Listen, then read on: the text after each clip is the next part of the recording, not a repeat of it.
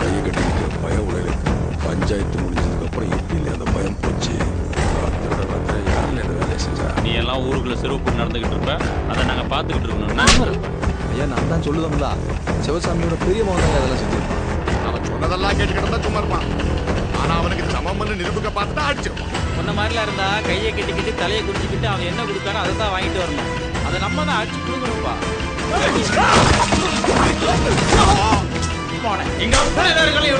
போய் சொல்லு, சிவசாமி மகன் உன்னை செருப்பால அடிச்சுட்டாங்க. உண்டாக்கி சதைச்சு மூட்டத்தில் போட்டு குளித்துறீங்களே.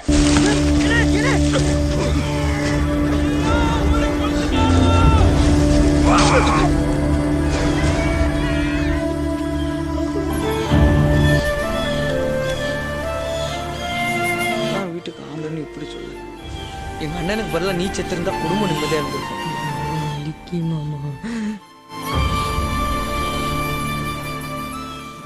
உங்க அப்பா உனக்கு சம்சாரியா தான் தெரியும். என்னைய எத்தனை கொலை பண்ணியிருக்க?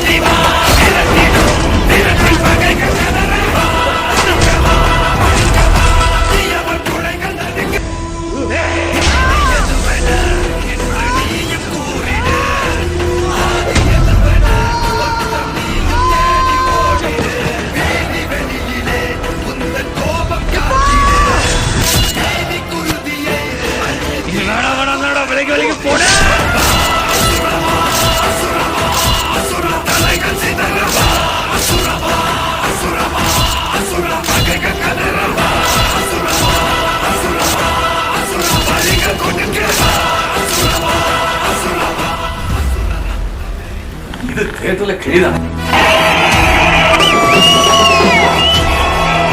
லெவல் பங்கம் பிரிச்சு மேஞ்சிட்டாரு. பார்த்த சான்ஸே இல்ல. தனுஷ் கரையில இது ஒரு பெஸ்ட் அமையும். இதான மாசு, வேற எதுவும் இல்ல.